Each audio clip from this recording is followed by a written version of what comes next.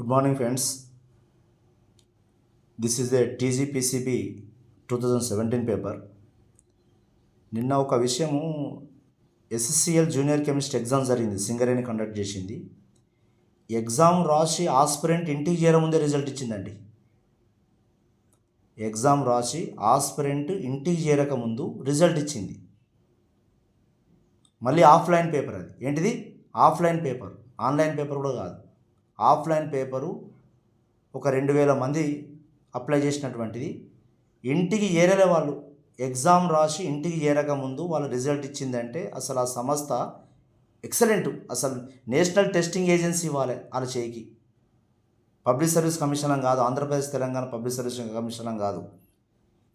చూడండి, అసలు ఒక అది పెద్ద ఎగ్జామినేషన్ బోర్డు కూడా కాదు పెద్దగా సింగరేంది. చూడండి, ఇక్కడ యాసిడ్ బేసిస్ చాప్టర్లో మిత్రులారా గుర్తుపెట్టుకోండి, ఇక్కడ ferric chloride is dissolved in acidic solution to get penta aqua iron 3 ion. Penta aqua iron 3 ion. అయితే ఇది బికాజ్ ఆఫ్ ఇది ఏంటిది అంటున్నాడు. అది బ్రౌన్ స్టెడ్ యాసిడా బేసా అని అంటున్నాడు. గుర్తుపెట్టుకోండి, ప్రోటాన్ యాక్సెప్టర్ అయినా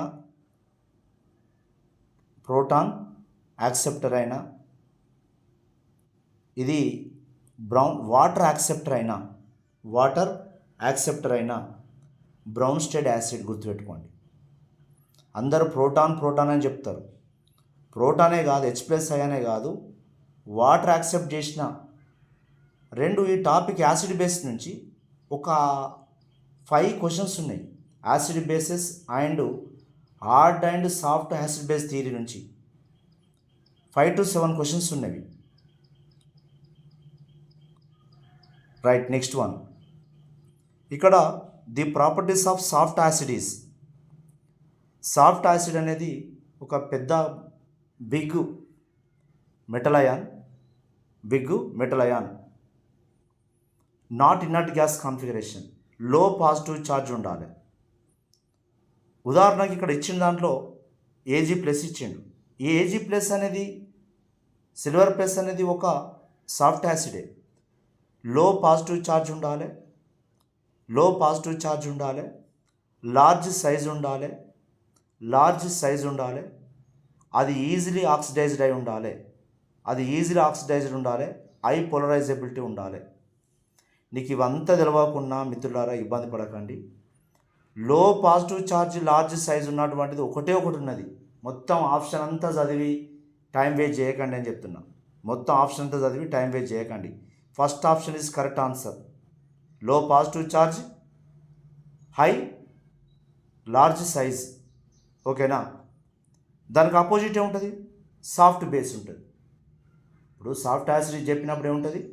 దానికి ఆపోజిట్ లో నెగటివ్ ఛార్జ్ ఉంటుంది, హై సైజ్ ఉంటుంది. అంతే మరి. ఛార్జ్ ఇది పాజిటివ్ ఛార్జ్ ఉన్నప్పుడు నెగటివ్ ఛార్జ్ ఉంటుంది.